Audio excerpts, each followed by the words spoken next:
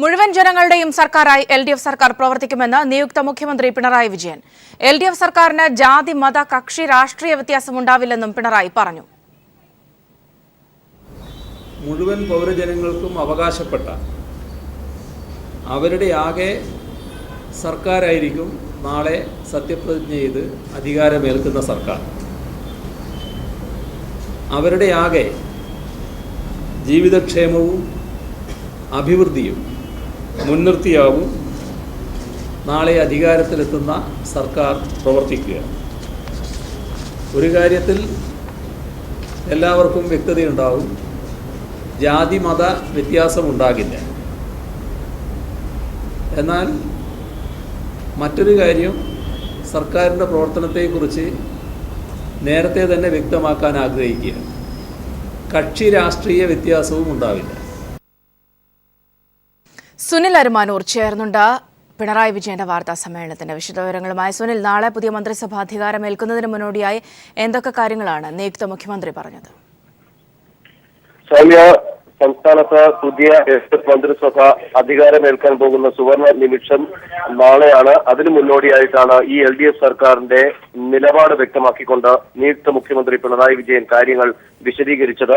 എല്ലാ ജനങ്ങൾക്കും, കേരളത്തിലെ മുഴുവൻ ജനങ്ങൾക്കും അവകാശപ്പെടാവുന്ന ഒരു സർക്കാരാണ്, മുഴുവൻ ജനങ്ങളുടെയും സർക്കാരാണ് നാളെ അധികാരമേൽക്കാൻ പോകുന്നത് എന്നുള്ള മനോഭാവത്തോട് തന്നെയാണ് സർക്കാർ തുടർന്ന് പ്രവർത്തിക്കുക. അത്തരത്തിലുള്ള ഒരു പ്രതികരണം തന്നെയാണ് തിരിച്ച് എല്ലാവരിൽ നിന്നും പ്രതീക്ഷിക്കുന്നത്. ഒന്നു ചേർന്ന പ്രവർത്തനമാണ് ഈ സർക്കാരിന് ആവശ്യം.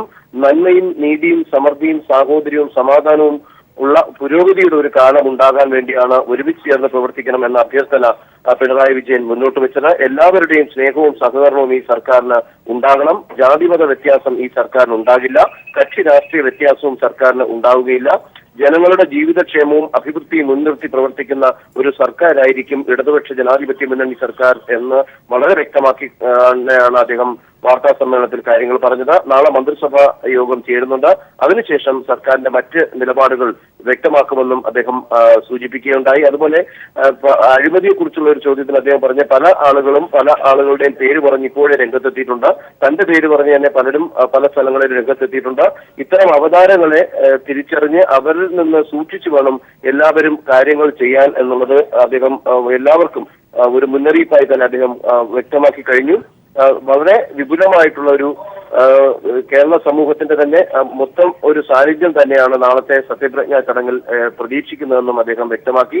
അദ്ദേഹത്തിന്റെ പിറന്നാളാണ് ഇന്ന്. ആദ്യം തന്നെ മാധ്യമപ്രവർത്തകർക്ക് മധുരം നൽകിക്കൊണ്ട് പിണറായി വിജയന്റെ പിറന്നാൾ അദ്ദേഹം സസ്പെൻസായി മാധ്യമപ്രവർത്തകർക്ക് മുമ്പിൽ അവതരിപ്പിച്ചുകൊണ്ടാണ് വാർത്താ സമ്മേളനം തുടങ്ങിയത്.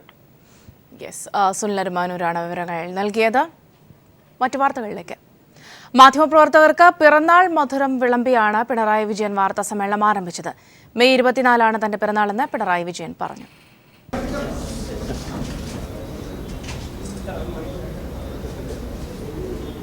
എന്ത് വകയാണെന്ന് പറയാൻ കഴിയും ആർക്കെങ്കിലും?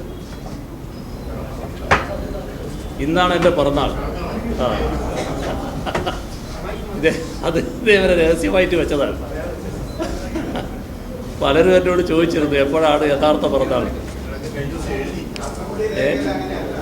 അല്ല, ഔദ്യോഗിക രേഖയനുസരിച്ച് 21/3/44. എന്നാൽ യഥാർത്ഥത്തിൽ 1120 ഇടവം 10-നാണ് ജനനം. അതായത് 45 മെയ് 24. ഇതേവരെ നിങ്ങൾ കണ്ടെത്തിയിട്ടില്ല.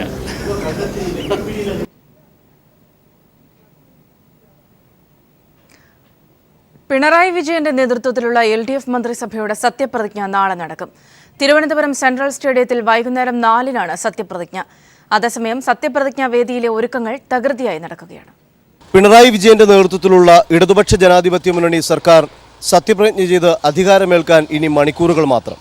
സത്യപ്രതിജ്ഞാ ചടങ്ങ് നടക്കുന്ന പ്രധാന വേദിയായ സെൻട്രൽ സ്റ്റേഡിയത്തിൽ ഒരുക്കങ്ങളെല്ലാം തകൃതിയാവുകയാണ്.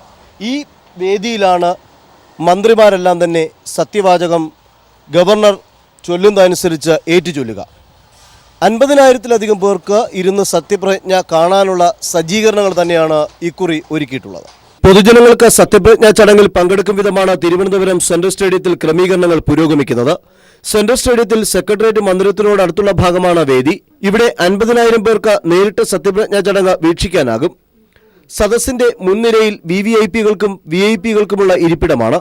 മഴ സാധ്യത കണക്കിലെടുത്ത പ്രധാന വേദിയുടെ മുൻഭാഗത്തും ഗ്യാലറിയിലും പന്തലിടുന്നുണ്ട്. സ്റ്റേഡിയത്തിനകത്ത് പ്രവേശിക്കുന്ന എല്ലാ പേർക്കും സത്യപ്രതിജ്ഞാ ചടങ്ങ് തത്സമയം കാണാനായി വലിയ LED-കളും ക്ലോസ്ഡ് സർക്യൂട്ട് TVകളും സജ്ജീകരിക്കും. ഗതാഗതക്കുരുക്ക് ഒഴിവാക്കാനുള്ള ക്രമീകരണങ്ങൾ പോലീസ് നടത്തും. വൈകുന്നേരം 4 മണിക്കാണ് സത്യപ്രതിജ്ഞാ ചടങ്ങ്. Governor P. സദാശിവം, മുഖ്യമന്ത്രിയായി പിണറായി വിജയനും മറ്റ് 18 മന്ത്രിമാർക്കും സത്യവാചകം ചൊല്ലിക്കൊടുക്കും. സത്യപ്രതിജ്ഞയ്ക്ക് ശേഷം മന്ത്രിമാർക്ക് ഗവർണർ രാജ്ഭവനിൽ സ്നേഹവിരുന്നും ഒരുക്കിയിട്ടുണ്ട്. ഈ വിരുന്നിന് ശേഷം മന്ത്രിമാരെല്ലാം സെക്രട്ടേറിയറ്റിലെത്തി ആദ്യ മന്ത്രിസഭാ യോഗവും ചേരും.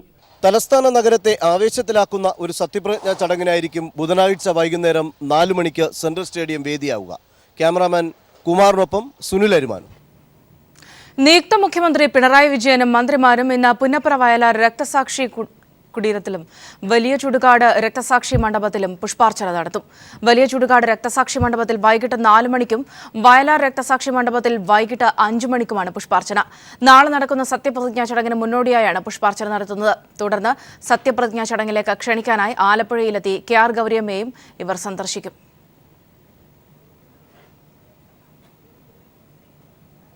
തെരഞ്ഞെടുപ്പ് പരാജയത്തെക്കുറിച്ച് ചർച്ച ചെയ്യാൻ UDF നേതൃയോഗം ഇന്ന് ചേരും. ഘടകകക്ഷികളുടെ സീറ്റുകളിൽ കോൺഗ്രസിന്റെ സഹകരണം സംബന്ധിച്ച പരാതികൾ ഉയർന്നേക്കും. തോൽവിയെക്കുറിച്ച് പഠിക്കാൻ ഉപസമിതിയെ ചുമതലപ്പെടുത്താനാണ് സാധ്യത. മുസ്ലിം ലീഗ്, കേരള കോൺഗ്രസ്, മാണി എന്നിവർ ഒഴികെ എല്ലാ ഘടകകക്ഷികൾക്കും വലിയ തിരിച്ചടിയാണ് ഈ തെരഞ്ഞെടുപ്പിൽ ഉണ്ടായത്. കോൺഗ്രസ് സഹകരണം സംബന്ധിച്ച് എല്ലാ പാർട്ടികൾക്കും പരാതിയുമുണ്ട്.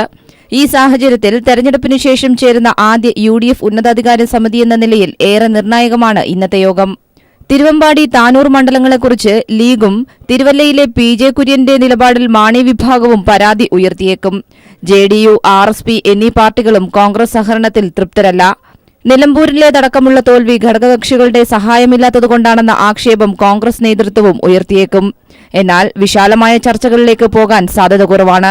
തെരഞ്ഞെടുപ്പിലെ തിരിച്ചടിയെക്കുറിച്ച് ചർച്ച ചെയ്യാൻ KPCC നിർവാഹക സമിതി യോഗം കഴിഞ്ഞ ദിവസം ചേർന്നെങ്കിലും വിശദമായ ചർച്ച പിന്നീട് നടത്താനാണ് തീരുമാനിച്ചത്. സമാനമായ രീതി UDF യോഗത്തിലും പിന്തുടരാനാണ് സാധ്യത. പരാജയത്തെക്കുറിച്ച് പഠിക്കാൻ ഉപസമിതിയെ രൂപീകരിക്കാൻ തീരുമാനിക്കുകയായിരിക്കും പ്രധാനമായും ഉണ്ടാവുക. പ്രതിപക്ഷ നേതാവിനെ സംബന്ധിച്ച് ഘടകകക്ഷികളുടെ അഭിപ്രായവും യോഗത്തിൽ ആരാഞ്ഞേക്കും. വൈകിട്ട് 4 മണിക്ക് KPCC ആസ്ഥാനത്താണ് യോഗം. News bureau, Thiruvananthapuram. അസമിൽ സർബാനന്ദ സോനോവാളിന്റെ നേതൃത്വത്തിലുള്ള BJP മന്ത്രിസഭ ഇന്ന് അധികാരമേൽക്കും. വടക്കുകിഴക്കൻ സംസ്ഥാനങ്ങളിൽ ആദ്യമായി BJP മന്ത്രിസഭ അധികാരമേൽക്കുന്ന ചടങ്ങിന് സാക്ഷ്യം വഹിക്കാൻ പ്രധാനമന്ത്രി നരേന്ദ്രമോദി, പാർട്ടി അധ്യക്ഷൻ അമിത്ഷാ എന്നിവരടക്കമുള്ള കേന്ദ്ര നേതാക്കളെത്തും. സർക്കാരിന്റെ രൂപീകരണത്തെക്കുറിച്ച് സംസാരിക്കാൻ സോനോവാൾ ഡൽഹിയിലെത്തി. മോദി, അമിത്ഷാ എന്നിവരുമായി നേരത്തെ ചർച്ച നടത്തിയിരുന്നു. ഉത്തരാഖണ്ഡ് മുഖ്യമന്ത്രി ഹരീഷ് റാവത്തിനെ ഇന്ന് CBI ചോദ്യം ചെയ്തേക്കും. MLA-മാരെ പണം കൊടുത്ത് വശത്താക്കാൻ ശ്രമിച്ചെന്ന ആരോപണത്തെ തുടർന്നാണ് ചോദ്യം ചെയ്യാനുള്ള തീരുമാനം. നേരത്തെ CBIക്ക് മുമ്പേ ഹാജരാകണമെന്നാവശ്യപ്പെട്ട് ഹരീഷ് റാവത്തിന് നോട്ടീസ് അയച്ചിരുന്നെങ്കിലും ഹാജരായില്ല. ഒളിക്യാമറ ദൃശ്യങ്ങളുടെ അടിസ്ഥാനത്തിലാണ് CBIയുടെ നോട്ടീസ്. ന്യൂനപക്ഷങ്ങളെ ഉൾപ്പെടെ എല്ലാ വിഭാഗങ്ങളെയും ഒരുപോലെ പരിഗണിക്കാൻ സാധിക്കുന്ന മുഖ്യമന്ത്രിയായിരിക്കും പിണറായി വിജയനെന്ന് ഫസൽ ഗഫൂർ. പിണറായിക്ക് മാത്രമേ അതിന് സാധിക്കൂവെന്നും അദ്ദേഹം പറഞ്ഞു. പിണറായി വിജയൻ മുഖ്യമന്ത്രി സ്ഥാനത്തേക്ക് എത്തുമ്പോൾ ജാതിമത വർഗ ചേരിതിരിവിനൊക്കെ അപ്പുറത്ത് വ്യത്യസ്തമായൊരു കേരളത്തെ സ്വപ്നം കാണുകയാണ് കേരളീയ ജനത. അതുകൊണ്ടുതന്നെ ഓരോ വിഭാഗങ്ങൾക്കും അവരുടേതായ പ്രതീക്ഷകളും ഉണ്ട്. ഭൂരിപക്ഷ വർഗീയതയും ന്യൂനപക്ഷ മതമൗലികവാദവും വളർന്നുവരുന്ന സാഹചര്യത്തിൽ അത് തടുക്കാൻ പിണറായി എന്ന മുഖ്യമന്ത്രിക്ക് മാത്രമേ കഴിയൂ എന്ന വിശ്വാസമാണ് MES പ്രസിഡന്റ് ഫസൽ ഗഫൂർ പങ്കുവയ്ക്കുന്നത്. വളർന്നുവരുന്ന വർഗീയ ധ്രുവീകരണത്തെ തടുക്കുക എന്ന വലിയ ലക്ഷ്യമാണ് കേരളത്തിൽ പിണറായിക്ക് മുൻപിലുള്ളതെന്നും അദ്ദേഹം പറയുന്നു. ഒരു ഭാഗത്ത് ഭൂരിപക്ഷ വർഗീയതയും മറുഭാഗത്ത് ന്യൂനപക്ഷ മതമൗലികവാദം, ഇത് രണ്ടിനെയും എതിരായിട്ടുള്ള പോരാട്ടം നടത്തും. അതിന് മുന്നിൽ നിന്ന് പറ്റിയിട്ടുള്ള ആളാണ് ശ്രീ പിണറായി വിജയൻ. ഞങ്ങളൊക്കെ തന്നെ ഒരുപാട് സെമിനാറുകളും ഒരുപാട് സിമ്പോസിയങ്ങളും മറ്റുള്ള മതമൊക്കെ ഈ വർഗീയതയ്ക്കെതിരായിട്ട് നടത്തി. അപ്പോൾ തീർച്ചയായിട്ടും അദ്ദേഹത്തിന് അതിന് കഴിയും, അദ്ദേഹത്തിന് മാത്രമേ കഴിയൂ എന്നുള്ളതാണ് എൻ്റെ അഭിപ്രായം. അതാണ് ഏറ്റവും മുഖ്യമായിട്ട്. ന്യൂനപക്ഷങ്ങൾ ഉൾപ്പെടെ എല്ലാ വിഭാഗങ്ങളെയും ഒരുപോലെ നോക്കിക്കാണുന്ന ഒരു വ്യക്തി എന്ന നിലയ്ക്ക് പിണറായി മുഖ്യമന്ത്രി സ്ഥാനത്തേക്ക് എത്തുമ്പോൾ അത് വലിയ ആശ്വാസം പകരുന്നുവെന്നും MES പ്രസിഡന്റ് കൂടിയായ ഫസൽ ഗഫൂർ പറയുന്നു. ന്യൂനപക്ഷങ്ങൾക്ക് ഏറ്റവും അടുത്തിട്ടുള്ള വ്യക്തി ശ്രീ പിണറായി വിജയൻ.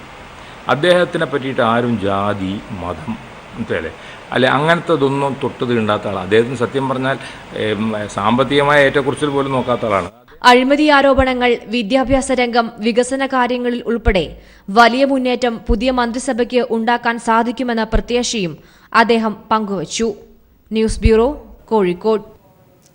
മെഡിക്കൽ ഡെന്റൽ ബിരുദ കോഴ്സുകളിലെ പ്രവേശനത്തിന് ഏകീകൃത പരീക്ഷയായ നീറ്റ് പരീക്ഷ ഈ വർഷം ഉണ്ടാകില്ല. നീറ്റ് നടപ്പാക്കുന്നത് മാറ്റിവെക്കുന്ന ഓർഡിനൻസിന് രാഷ്ട്രപതി അംഗീകാരം നൽകി. ഒരു വർഷത്തേക്കാണ് നീറ്റ് മാറ്റിവെക്കുന്നത്. വിവരങ്ങളുമായി സന്തോഷ് സാലിംഗ് ചേർന്നുണ്ട്. സാലിംഗ്, ഈ വർഷം നടപ്പാക്കേണ്ട എന്നൊരു തീരുമാനത്തിലേക്ക് എത്തിയിരിക്കുന്നു. ഈ സാഹചര്യം, വിവരങ്ങൾ. സൗമ്യ, ഏറെ ആശങ്കകൾക്കൊടുവിൽ നീറ്റിന്റെ കാര്യത്തിൽ ഒരു തീരുമാനത്തിലെത്തിയിരിക്കുന്നു. നീറ്റ് പരീക്ഷ MBBS BDS പ്രവേശനത്തിനായി ദേശീയ തലത്തിൽ ഏകീകൃത പ്രവേശന പരീക്ഷയായ നീറ്റ് പരീക്ഷ ഈ വർഷം നടത്തേണ്ടതില്ല എന്ന് കേന്ദ്ര സർക്കാർ നേരത്തെ തീരുമാനിച്ചു. എന്നാൽ ഇത് സുപ്രീം കോടതി എതിർത്തു. ആദ്യഘട്ടമായി പ്രവേശന പരീക്ഷ സുപ്രീം കോടതി മെയ് 9 നടത്തുകയും ചെയ്തിരുന്നതാണ്.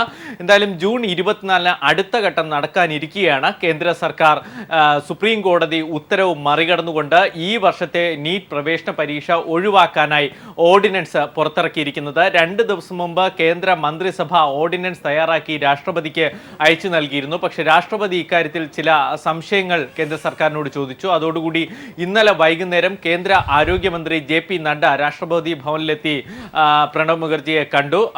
കേന്ദ്ര സർക്കാരിന്റെ നിലപാട് അദ്ദേഹത്തെ അറിയിക്കുകയും ചെയ്തു. എന്തുകൊണ്ട് ഓർഡിനൻസ് ഇറക്കുന്നു എന്ന കാര്യത്തിൽ അദ്ദേഹം വിശദീകരണം നൽകി. ഇതിന് ശേഷമാണ് രാഷ്ട്രപതി ഇന്നിപ്പോൾ നീറ്റ് ഓർഡിനൻസ് ഒപ്പിട്ട് പുറത്തിറക്കിയിരിക്കുന്നത്. ഇത് പ്രകാരം 2017-18 അധ്യയന വർഷത്തെ MBBS BDS പ്രവേശന പരീക്ഷകൾക്ക് നീറ്റ് ബാധകമാകില്ല. സർക്കാർ മെഡിക്കൽ കോളേജുകൾക്കും സ്വകാര്യ മെഡിക്കൽ കോളേജുകളിലെ സർക്കാർ സീറ്റുകളിലേക്കും നീറ്റ് പരീക്ഷ ഉണ്ടാകില്ല എന്ന് മാത്രമല്ല, സംസ്ഥാനങ്ങൾ നേരത്തെ നടത്തിയ പ്രവേശന പരീക്ഷ അംഗീകരിക്കുന്നത് കൂടിയാണ് ഇപ്പോൾ ഇറങ്ങിയിരിക്കുന്ന ഈ ordinance. 1956 Indian medical council act ചെറിയ ഭേദഗതി ചെയ്തുകൊണ്ടാണ് ഇപ്പോൾ ഈ ഓർഡിനൻസ് പുറത്തിറങ്ങിയിരിക്കുന്നത്. സൗമ്യ, സന്തോഷ് സാലിംഗാണ് വിവരങ്ങൾ നൽകിയത്. പത്തനംതിട്ട ജില്ലാ കളക്ടർ ഹരികിഷോർ ജില്ലാ പോലീസ് മേധാവിക്ക് രേഖാമൂലം നിർദ്ദേശം നൽകിയിട്ടും കൈരളി TV വാർത്താ സംഘത്തെ ആക്രമിച്ച പ്രതികൾക്കെതിരെ പോലീസ് കേസെടുത്തില്ല. അക്രമം നടന്ന് 10 ദിവസം പിന്നിട്ടിട്ടും പത്തനംതിട്ട പോലീസ് അക്രമികളെ സംരക്ഷിക്കുകയാണ്. കോൺഗ്രസിന്റെ പത്തനംതിട്ട ജില്ലാ പഞ്ചായത്ത് അംഗം MG കണ്ണനും സംഘവുമായിരുന്നു കൈരളി TV റിപ്പോർട്ടർ ബിജേഷ് നടുവിലിനെയും ക്യാമറാമാൻ വിനീഷ് നേതാജിയെയും ആക്രമിച്ചത്.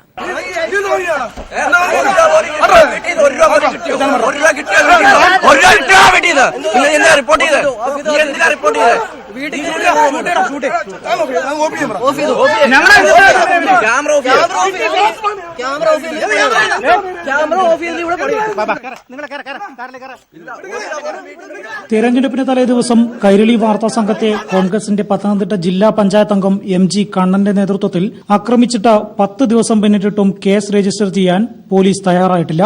15-ാം തീയതി നടന്ന അക്രമത്തിൽ നടപടി ഉണ്ടാകാത്തതിനാൽ 18-ാം തീയതി ജില്ലാ കളക്ടർ ഹരികിഷോറിന് വീണ്ടും പരാതി നൽകുകയും ഈ പരാതി കളക്ടർ ജില്ലാ പോലീസ് മേധാവിക്ക് ഉടൻ നടപടിയെടുക്കണം എന്ന് ചൂണ്ടിക്കാണിച്ച് നൽകുകയും ചെയ്തിരുന്നു. കളക്ടറുടെ ഈ നിർദ്ദേശത്തെ അവഗണിച്ചുകൊണ്ടാണ് അക്രമം നടന്നിട്ട് 10 ദിവസമായിട്ടും പോലീസ് കയ്യും കെട്ടി നോക്കി നിൽക്കുന്നത്.